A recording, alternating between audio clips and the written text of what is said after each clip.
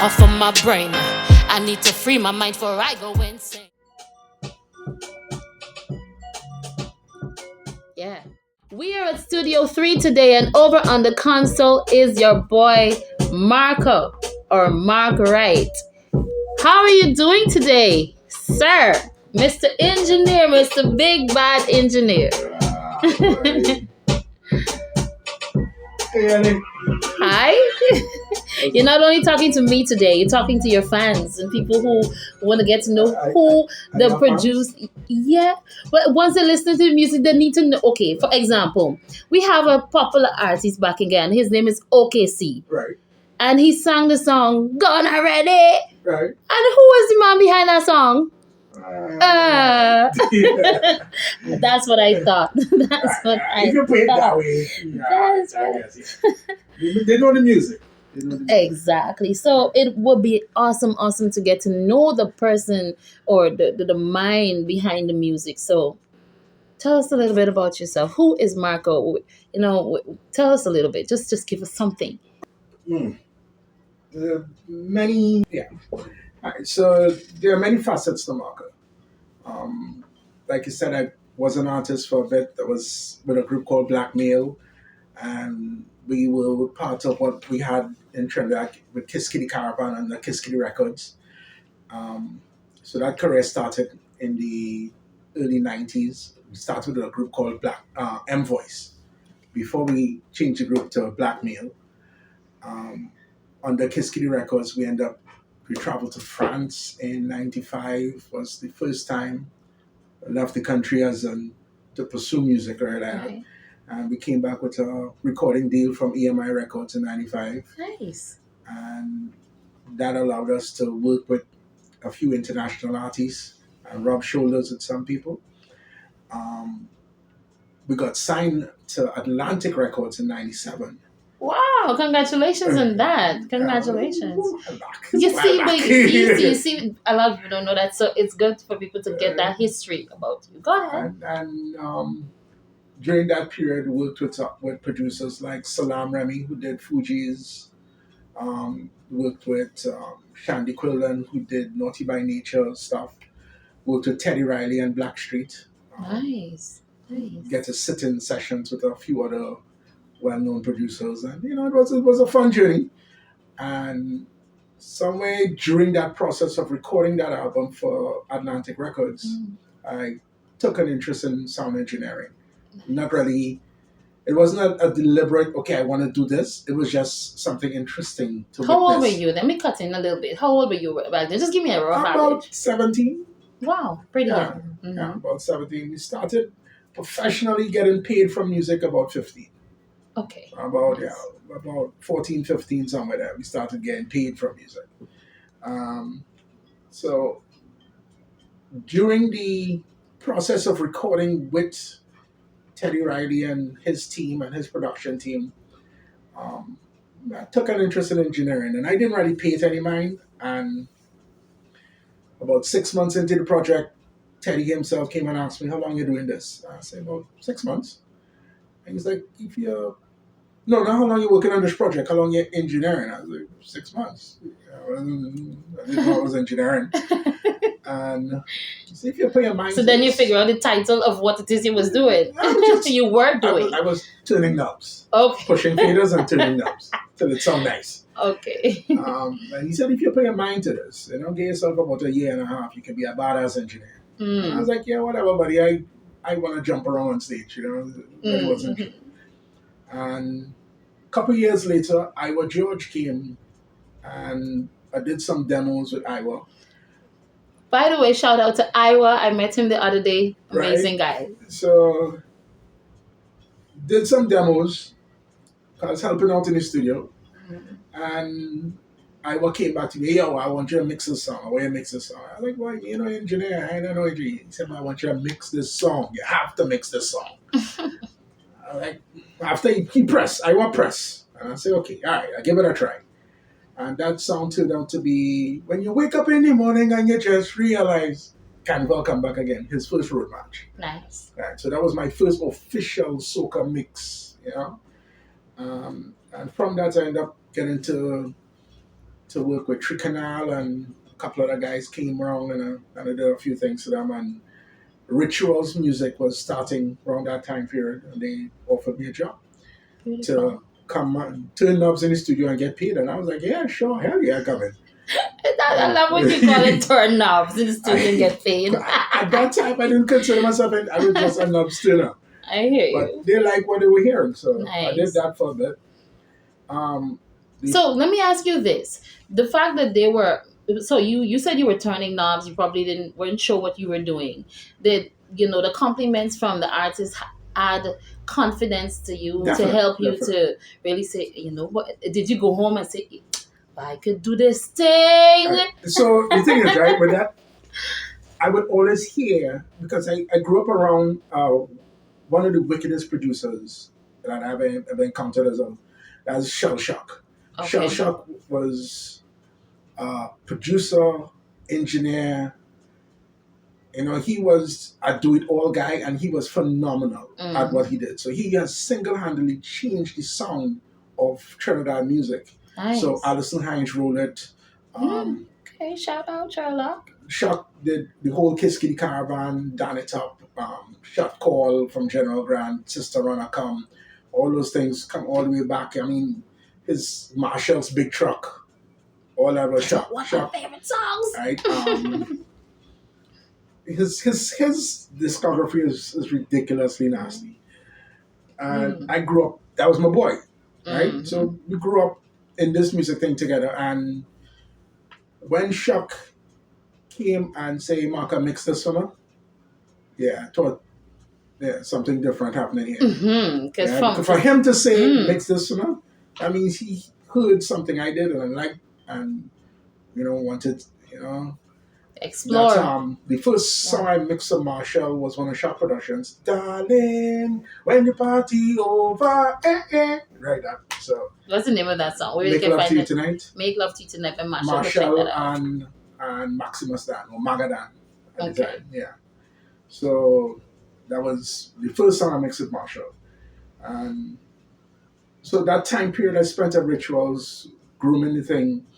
I worked with Mongol Patisa, which is a Indo pan jazz collab artist, and his album Dreadlocks.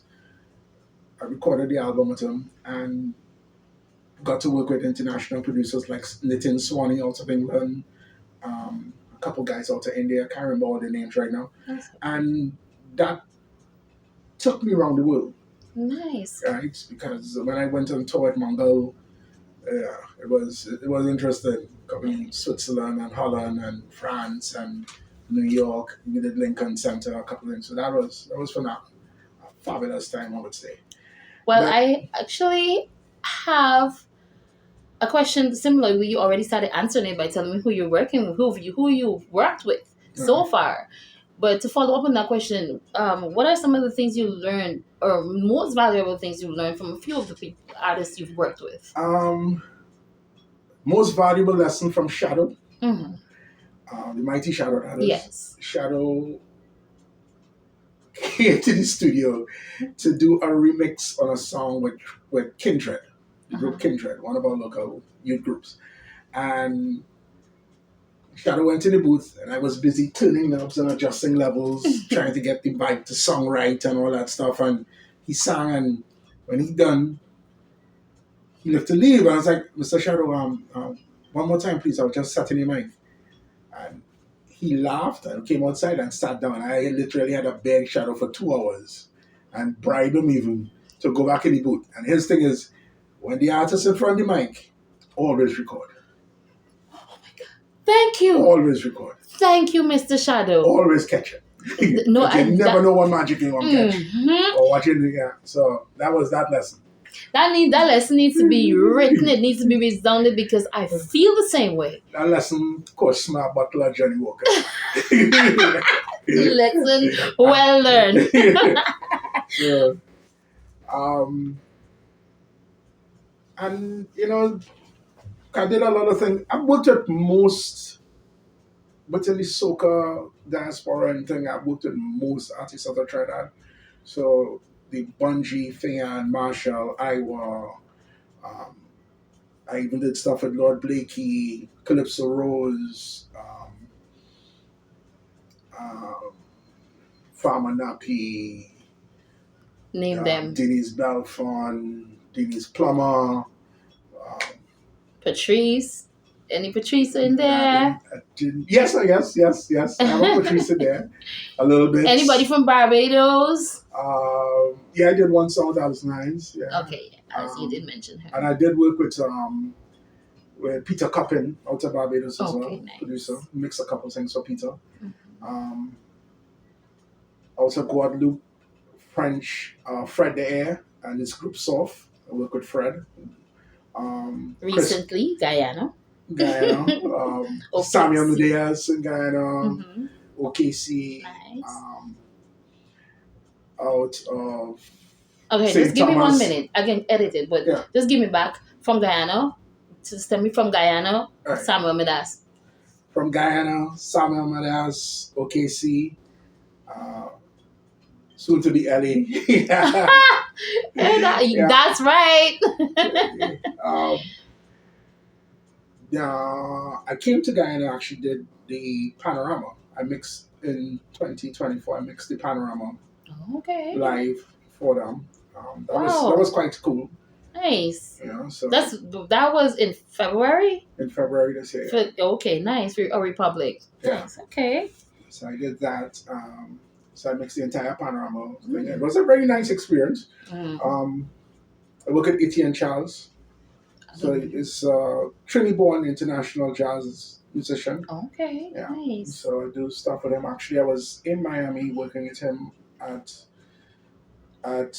Miami South Beach band stage concert, which was that was the French Independence Day. I think they had, or the French Day of Music. They have a day that France recognized music worldwide, and they have concerts worldwide on that day. And so we did that.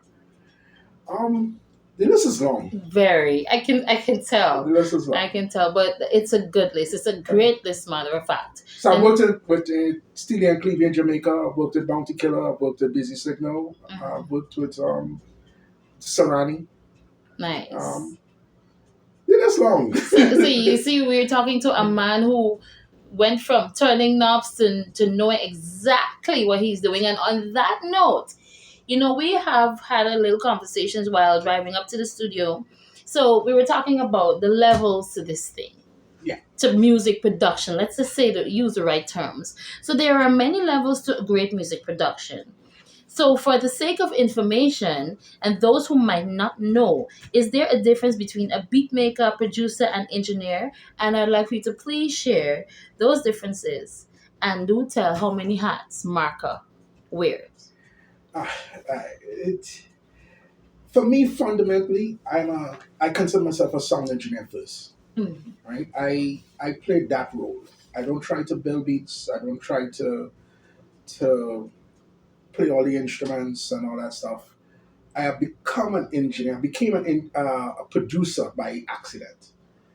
I would say accident because it wasn't intentional to produce. Right. But because of the years of experience being in studio sessions with brilliant producers, I pick up a thing or two.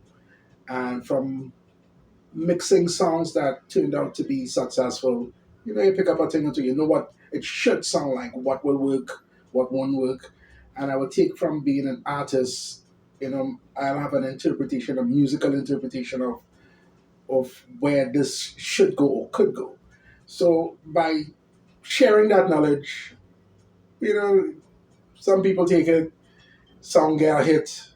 Yeah, okay. And then other people come like, yo, I like what you did with so and so, I want you to do that with me. And I'm like, but I'm not producing. Say, whatever it is you do, just do that again with me, I'm willing to pay you.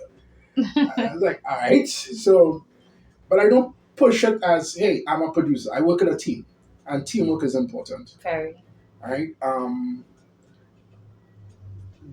When you say levels, a composer and a songwriter, two different people, or they could be the same, but you have to understand what the role is. So the role as a composer is that you create the music and the melodies. The writer will put words to that melody. Then you will have someone who will play that stuff. He not necessarily producer because he might be just a session musician playing what the composer wrote or playing what the producer asked him to play. Nice. Right? So the man who built the beat is not necessarily the producer of the track. The producer of the track is the person with the vision. The person who understands, all right, this beat with this artist singing in this key, and this engineer mix it, that's the producer. All right? And the executive producer is the one who pays the bill. That's an important man to know. That's right. Right? He who pays for the studio session owns the master. All right? I often tell the clients I work with, this is the music business. Right. So you have to learn and know business. So you make music, but do business. Don't take it for granted that a boy will be fair, he'll cut you this deal. You know, if a man sit down in the studio and all they're vibing and he contributes a line because all they're stuck in a point and he contributes a line, he's now some core songwriter once you use that line. Mm-hmm. So you have to know, okay, am I going to give him credit for it? I need you No to credit. echo that a little bit more because in the Caribbean, even in my country, this is something that we talk about, and I don't think that we fully grasp the meaning of that when they say, okay, if you contribute a line, you are entitled To a point. Correct. To a percentage. You just have to work it out with how important this line is. Let's take, for instance, Trinidad James and Bruno Mars' 24 Carat. Right. Right? Trinidad James had a song prior called Gold All in My Grill, Gold All in My, right? And in that song, he had that line, um, something, just watch me. Just watch me. And Bruno Mars took that and put that in 24 Carat. And Trinidad James was credited as co-writer of 24 Carat, although he had one line. But the line was so significant, I think Bruno Mars gave him almost 50% publishing on that song. It's Don't Believe Me, Just Watch. That song. Yeah. Don't believe. Wow. So that line, Don't Believe Me, Just Watch, came from Trinidad James' song. Nice. Okay. All right. So Bruno didn't sample the song. He used the line. But the line made up a significant part of the chorus for the song. Nice. So, and that credit information and being accredited for it changed Trinidad's life. Trinidad James' life is a different guy. I think now he's a fashion coordinator and consultant and doing other things other than rapping. Well, that is good. Congratulations to him. And for making his country proud as well. Yeah. But you notice you didn't really touch much on what an engineer does. All right. So, like I said before, I work in teams. Right. Right? And teamwork and levels to the thing. So, when the producer and the musicians, or if it's just him, so the producer can be the composer, the songwriter, and all that stuff. Right. But when he finishes what he does, it's like he hands it off to someone like myself. Engineer. Right. And my role is either I'm recording the artist on the track and then mixing, because a lot of times you'll have a separate engineer to record and a separate engineer to mix. All right? But if I'm working with the producer, I'm working with a particular artist, and I'm part of trying to capture this vision or interpret this vision. When he sends it to me and I have the tracks, I would then interpret it, make a drop somewhere sometimes to emphasize a particular line. So I'm stepping into the realm of arranging the track. All right? So I'm polishing, but I'm also arranging and editing the track to make sure that with the end game of what that vision is, trying to maintain or polish that vision. You have some guys that believe that is all themselves. I write, I produce. Sometimes they want to be the artist. They want to mix the track. They want to master the track. Tell me about it. And then they want to promote the track. I think that's madness. They may have one or two artists capable. Not to say they can't do it. You might have one or two that is capable. because you're that talented. But if you look at any record that you like, all the credit information, and you realize how many people had the hand in that hit, that sound that made a particular thing. 'Cause everybody contributes a vibe when they touch the thing. Me, I will never master something that I mix, right? Okay. Because I want that third opinion. Hey, Marker, I like what you do here. Turn this up now. Hey, go back in and drop this a little bit from and send it back. And not leave it all up to the mastering engineer. He might just add a different flair to it, add a certain warmth and a bigness to it. It's like, yeah, okay, I can understand what you're saying. And that is what makes hits. Is music is not created in a vacuum. Correct. Right? Correct. You have to, and then when you have teamwork, because when you see produced by Timbaland, it's Timbaland and 10 people. Timbaland is the main producer, but he have other musicians that he would work with. So you sometimes some producers will, Main producer and the brand. yeah, but they would they create the track and then they would bring in live session musicians to replay what they played electronically because that live musician adds a human touch to it and they humanize it differently. Um, so it's. So you do that from time to time? Like I work have with musicians all the time. all the time. All the time. Well, that's good. Even That's if I really, come up really with a good. concept of a track that I'm working with the artist, and I think I would still bring in other musicians to flush it out. It's not that I can't build a beat. I don't. It's just not my role. Exactly. You play your role and you play very well. My role is turning them knobs and make sure that it's spunk, you know? So let me ask you, what is the most challenging thing of being a sound engineer? Most challenging. It differs. In this era that we're in now, I would say trying to convince artists the importance of pitch, timing, and key. Trying to get artists to understand how important those things, you know. So if you want to make records that follow the fad of what's happening, and they will rise and fall and disappear with that fad. If you want to make records that will last the time, stand the test of time, and cross generations and cross genres, you have to make sure that your pitch, your melody, your in key, all those things are on point. There's no shortcut for good work. So why is that a challenge? Do they don't want to do the work? Well, a lot of artists think that you hear something on the radio, no matter how crappy it sounds, they can do that too. And because that's a fad. And it might be a little controversial, but I consider radio DJs sometimes to be like flies. They'll be attracted to what's good, like honey. The same way they'll be attracted to filth because it's bacchanal and drama. They're just going around wherever buzzing and making the most noise. Right? That's how they get paid. Yes and no. To play whatever it's the anthem. Right. So for me, like I'm not interested in doing no Killer Boy song. Okay.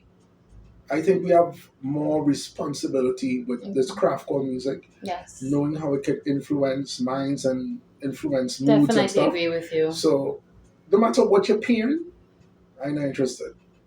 So it's just me. That's my take. Somebody else might say, yo, this is what the youth listen to. It popping right now. Blah, blah, blah, blah, blah, blah, blah. Yeah, but where is it going? Okay. You know, where is it going? Because we have a genre that started Trinidad music. Right. Popping in the streets and the youths listening to it. But how many Trinidad artists are seeing the benefits of the work that they're putting out?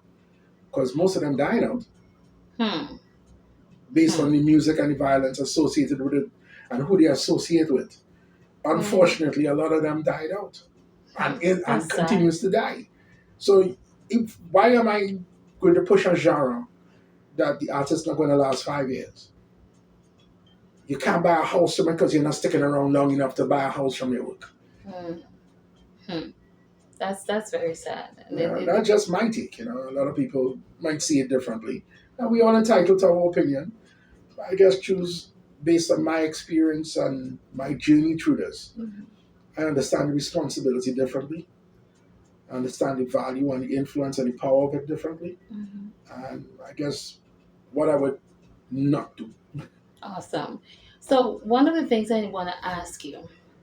So when it comes to listening to the song to get that perfect sound, like I personally firsthand as an artist, I see my engineer would listen over and over and over again. How do you know when you have that sound? Right. And do you listen to the song or the whatever you're working on, the project you're working? Do you listen to it on other devices? All right. So yes, I listen on other devices and knowing that the market, what you're trying to, what, yeah. So you ask if I listen on other devices, it's it's something you have to do because you want your music and your mixes to translate, to play from a phone speaker to a headphone to the car to the party to the club. It must resonate and sound and translate and sound a particular way. It must carry the same energy, although at different volumes. You Mm-hmm. know, um, for me, it's sitting and understanding what your room and what your speakers sound like.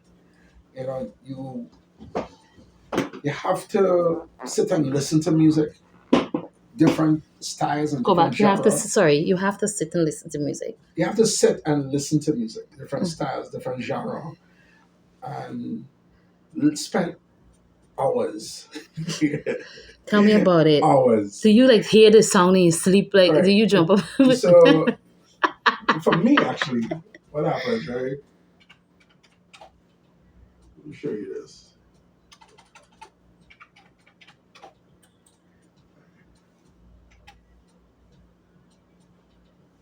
Let's bring this down.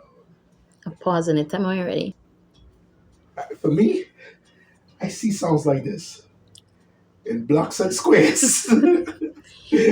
So Well, let me zoom that in a when I little bit. dream, I, and I dream about a song, no matter what the song is, I always see the pattern of how it was recorded, what is the way, what is, you know, blocks and squares. That's how I see the songs in colors and blocks and squares. The I mix in my head Wow. before I just execute on the speakers and on the board, but I mix in my head. Hmm. So when I hear the song, Hmm. so first of all, I have no templates for none of the mixes I do. I don't have a vocal chain set and a drum train so you have some engineers that work with templates. They have everything preset and Hmm. they'll just put things where they think it should be, and it works for some people. For me, if I'm mixing 5 songs, I start over from scratch. I let the song tell me what the song wants. Wow. So I will start from scratch. But yeah, they might be similar in style, but to me, they all sound different. So I mix in my head. When I hear the song, okay, put this effect here, put this here, put that delay on this word, make this stop here, drop this out, put this here, highlight this keyboard line, highlight. So it's all in my head and play over and over and then go and execute and try to say, okay, I like how that sounds. And that's how I work. So therefore, you just take the music and you listen to it like over and over before. It's Right. something like similar to what I do with my performances. I practice in my mind. Like 90% or 80% of my rehearsal goes on in my head. Right. But you still need to do it physical because you Yeah, need to train your voice. yeah. You need to prepare your But voice the moves really and truly and what I'm but gonna say and the extra stuff. right. So you gotta not just the extra stuff, but you have to ready your voice to Yes. execute at the note that you want, when you want, anytime you want. And you want your body breath control so you could jump around the stage because A lot of people don't know 3 minutes on stage is the hardest 3 minutes You're that telling they could me? possibly. It ain't a normal 3 minutes that you think it is. Your whole body Yeah. is So 3 minutes on engaged. stage performing, especially if you have a up tempo song, it's a Mm-hmm. different 3 minutes. They're like running on Mm-hmm. a treadmill and You probably don't even feel your feet when you're yeah. done. When you come off your day, it's like, nah, but now you tell yourself, well, you just on stage for 3 minutes. 3 minutes? That's all. You feel like it was an eternity, right? Yeah. So, so it's something you gotta prepare for, Yes, definitely. So I think now a lot of artists not willing to do the work Mm-hmm. because the phase of artist development Mm-hmm. has been overlooked because of TikTok and Instagram and Mm-hmm. everybody think they can do this, Yes, right? But this is a cutout for everybody. So, correct. like I heard one time, somebody need to be a plumber, somebody need to be a mason, somebody need to be a garbage man. Not everybody can be a singer. True, So very because true. you go karaoke and you sing in karaoke and you get a vibe right from the audience, that don't mean that To you be are a quite singer. honest with you, the audience don't cheer for the people who can sing. You ever notice that? I don't go karaoke. Oh, oh yeah, I think I remember you saying that you don't like I don't go karaoke. karaoke. I But tell I'm you, telling you, I have experienced like okay, people who can actually sing will go and sing, and they wouldn't get that much from the audience. But you see, when somebody can't sing and making themselves a complete fool or whatever it that's is, madness to me. yeah, the crowd be going crazy, and I'm like, wow, And the reason I okay, don't go karaoke because I've spent all my life in studio Mhm. chasing perfection. Right. So somebody singing off key and making a mockery of the thing can't be entertaining to me. I understand. Yeah, so I don't care how drunk you gotta be and how much you don't have fun and you're killing the vibe. No, that's not my vibe. I'll go somewhere else. You prefer live shows. No, I love live shows, but I like to be entertained by artists that can touch my soul. I love that. Coming that vocal thing, because I'm coming to you to take a break from my reality, Mm-hmm. to detach from my reality. Absorb me into your world with your voice and your performance. Yeah. That's what I was coming to, like, how do you balance? Because, being a sound engineer, having to listen to one song over and over, like, how do you find the balance? Right. So that's for me. It's like I said, the pursuit of perfection. Mm-hmm. So you're trying to get it. You can never get 100% right, Mm-hmm. but I'm trying to paint with a big broad brush. All right. So you can paint with a very small brush and it only appeals to you and one other person, or you can Right. paint with a broad brush that captures the imagination and the vibe of the masses. And I try to paint with a broad brush. So when you're mixing, because as a songwriter and as you can say a composer, because I do compose music as well, Right. like come up with the melody and stuff. It's something that I feel in my soul, like it has to move my soul. Do you go for that same Definitely, experience? definitely. If Awesome. I'm not happy or if I can't dance it or enjoy it, it doesn't make sense to me. I don't care what you're paying, right? And fortunately, I've been successful enough now that I can say no. Awesome. Successful enough to say no. So I can tell an artist, no, I don't think I could work on that. Or Hmm. I don't think I'm the guy to help you with that. Maybe you need to check so and so or whatever. And why, if they ask me why, I'll tell you why. It have to excite me to be able to spend the hours in here for the time to fly and not the way of the time flying. That excite me. Awesome. So well, on that note, advice. What word of encouragement or advice would you leave with someone aspiring to become a sound engineer or a producer, anything in the music business, especially behind the scenes? Gotta love this. Mm-hmm. This have to be a job of passion, right? Hmm. Because, like I said, there are levels to it. Everybody, no, I can't say everybody. A lot of people now think that because they have a laptop Okay, and let me just bring that again. I want bringing it in closer. Like I want it's a little more emotional on this part here. bring closer to the trailer. Okay. Mm-hmm. All right, just wet your lips. Your lips not no dry. They're biting them up all day. It's good. All right, go back a little bit. I want you to keep no. I want you to look directly into the camera and leave this advice. So, what advice would you give to an aspiring sound engineer? You gotta love it. You have to be passionate about it. And you have to be patient with it. You have to be willing to learn from it. Because no matter what the rules say, the book say, you have to be able to trust your ears. The most valuable tool you have is your ears. Not the meters, not the plugins, not the thing. It must be able to just balance. And from the balancing of the tracks, you should be able to create space, dimension, depth, and feel. So you have to love what you're doing. Um, because a lot of people have laptops and everybody think that because I have a laptop and I have the program, I can be an engineer. That will only take you so far. Go back that line for me, please. Let me adjust the screen a little bit. Come bring it back. Turn off your head a little bit. Don't get impatient. I'm almost done. You're there. Good. Last one. Wait. Yeah. Thank you for bringing the beat. Yeah. So because now things got easier and a lot of people having access to laptops and computers and the program, they think that they can be an engineer. They think that I can throw this together and it sound nice and my friends tell me it sound nice. Yeah, I'm bad. Yes, not yet. This thing have a way to humble you. Right?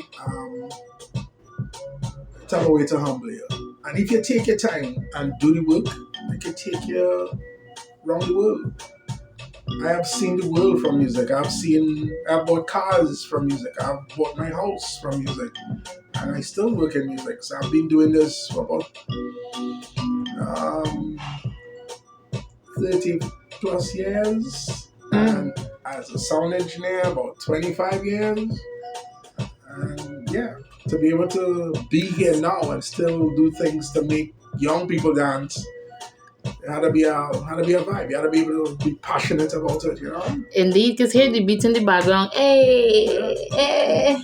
Well, thank you so much, Marka, for your time and for sharing your story with us. You know, it's not always easy to share your story, but we appreciate you and hope to talk with you again soon and see you back in Guyana soon, okay? Yeah, for sure. And we are coming to you live from Studio 3. And can you give them the address, give them your contact number if you want to get your song done, just give them some information. So if you're looking for, you can go to studio3tnt@gmail.com.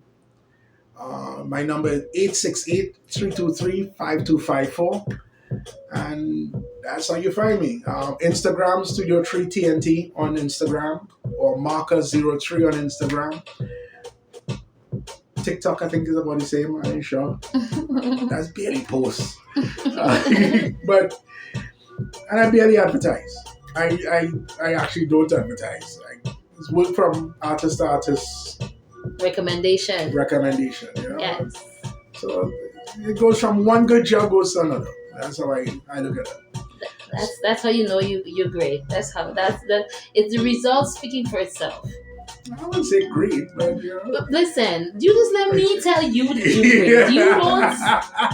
Thank you, Ellie. Say thank you. Thank you. This is you trying to be like, oh no. No, this is how it. All right. So for me, the things that got me excited, and it was really a call from David Rudder. Actually, that was funny because the first time I got a call from David Rudder, it was like about 10 o'clock on Saturday morning, sleeping.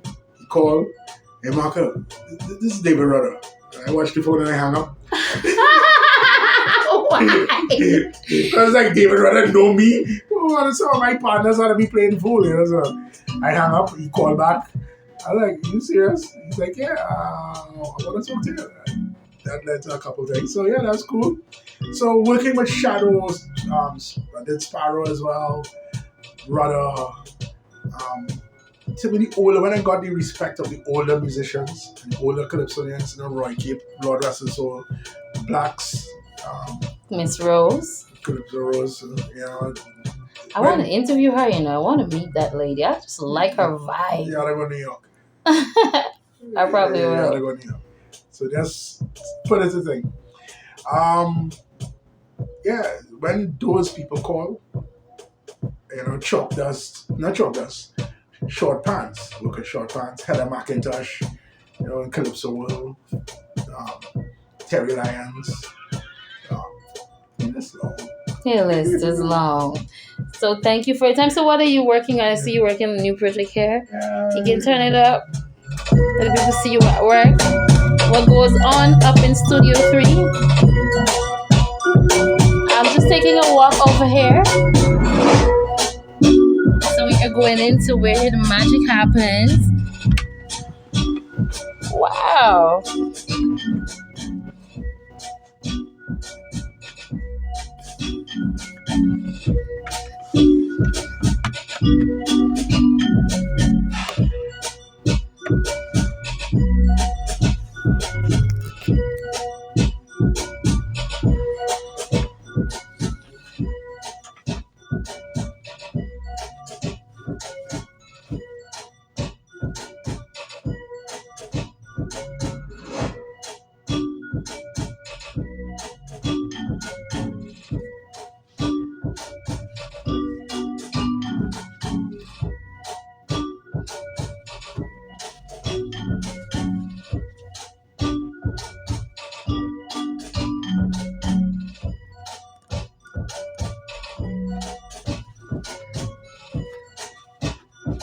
It is a wonderful studio indeed.